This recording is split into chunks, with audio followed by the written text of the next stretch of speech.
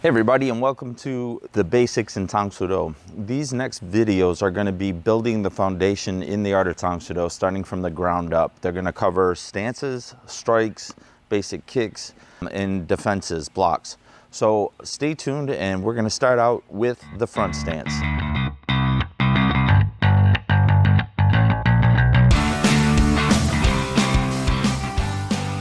Okay, now Tang Soo Do being a form of karate, despite what a lot of hardcore karate people believe, Tang Soo Do is a form of karate that came through Korea from Japan.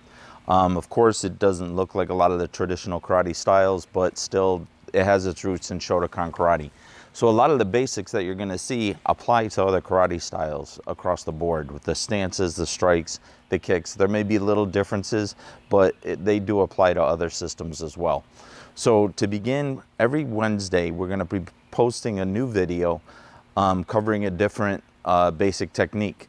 Today we're going to start with the front stance, but this will give you a whole week to work on what you see in the video to get it into your training before the next thing comes along, which I believe is better because, you know, ideally you'd be able to train 5 days a week or more, but realistically with everybody's lifestyles and everybody being so busy nowadays, you're probably only going to be able to train 2 or 3 days a week.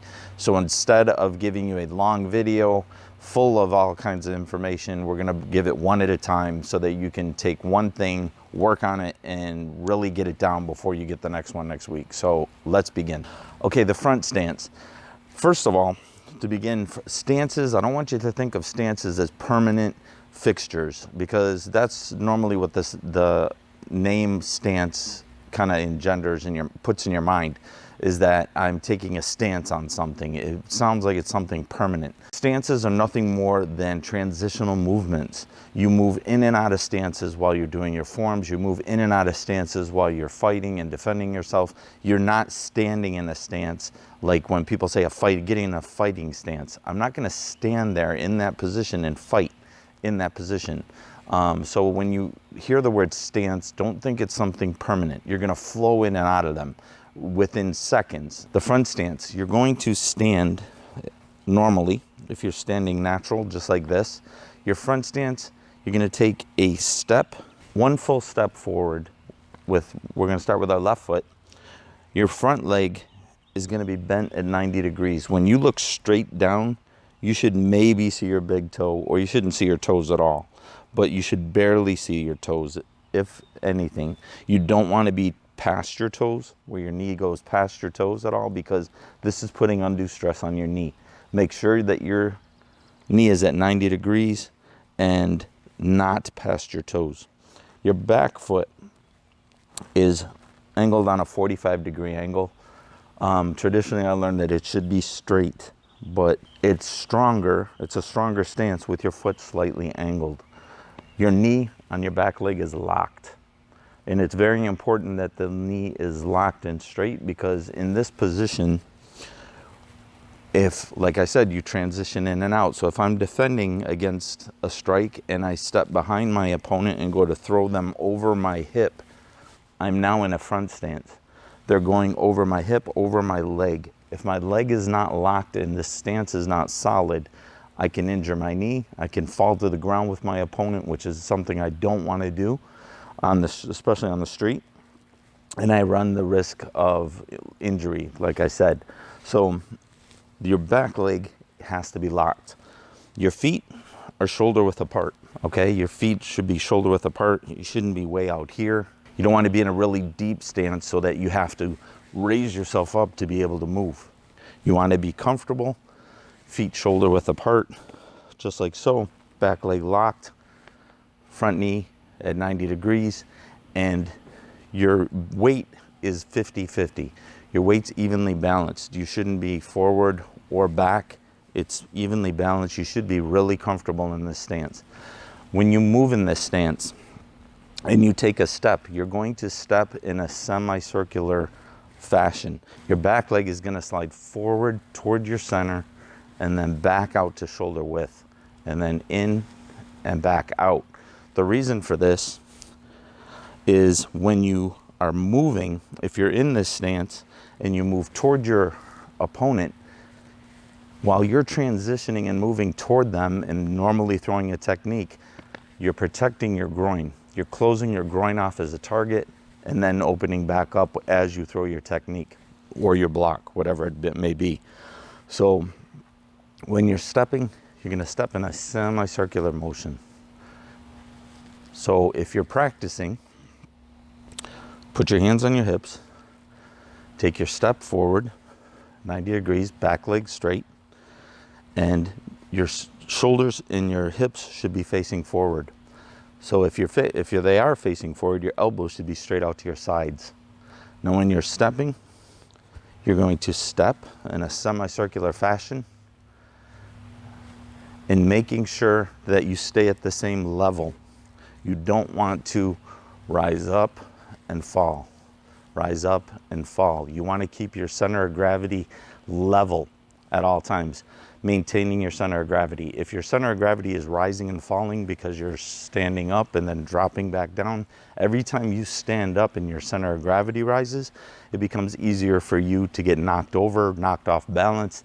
And if you're doing that and somebody sees you that you do that regularly as a habit, they're going to take advantage of that and attack the second you start stepping and your center of gravity rises. To help keep your center of gravity level, when you step, you're not pushing off your back foot. When I step, I don't initiate the movement by pushing off my back foot and then into the stance. That causes you to rise and fall with your steps. I'm in my front stance. I initiate the movement, my next step, by collapsing this knee.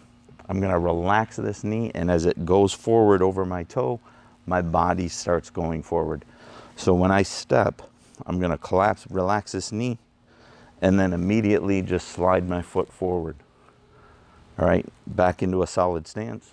When I take my next step, I'm gonna relax this knee and step forward, keeping yourself level. All right, so from here, again, relax this knee and step forward. And when you step forward, you're locking out your back leg. Relax your front knee. And then when you turn around, your back leg is gonna become your front leg. You're going to cross your foot behind so that your foot is behind your opposite shoulder, and you're going to pivot with your back leg now being your front leg. You wanna make sure that you cross your leg far enough across. You wanna come all the way behind your opposite shoulder before you pivot so that your feet, once you pivot, your feet are shoulder width. If you don't cross your foot far enough over and you pivot, your feet are gonna be almost in line like you're standing on a balance beam, and your stance is not gonna be stable. So when you turn around, make sure you cross all the way across, and then just pivot on the balls of your feet and lock out your knee on the back leg, and then continue. Step, step, turn around, cross behind, pivot. And that's the front stance. Remember, key points to the front stance. Front knee is bent at 90 degrees. When you look straight down, you should not see your toes. Your back leg is locked, and your foot should be angled at about 45 degrees. Your foot should be angled at 45 degrees, making it stronger than if it was pointed directly straight. We don't stand that way. So with your foot being angled slightly outward, your toes slightly outward on your back foot, you're gonna be in a more solid stance. Your feet should be shoulder width apart. Your back leg, your knee should be locked. When you move in the front stance, remember, we're moving, taking circular, half circular steps to protect our groin in the transition of moving forward. When we turn around, remember that the back foot is going to become your front foot once you've turned. So when you cross your back foot behind you, make sure it goes all the way across to your other shoulder so that once you turn around, you maintain your shoulder width. And lastly, once you're moving in the front stance, maintain your center of gravity, maintain it at the same height so that your head is not bouncing up and down. You want to maintain your center of gravity, stay grounded and stay low. By initiating the movement, by relaxing that front knee, you're not pushing off your back foot. Those are all the key points to your front stance. If you have any questions, go ahead and hit them in the comments below. Let me know where you're at in your Tang Soo Do karate journey.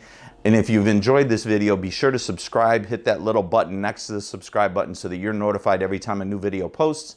And by giving this video a thumbs up, it increases the amount of people that see it on YouTube so that other people can learn as well.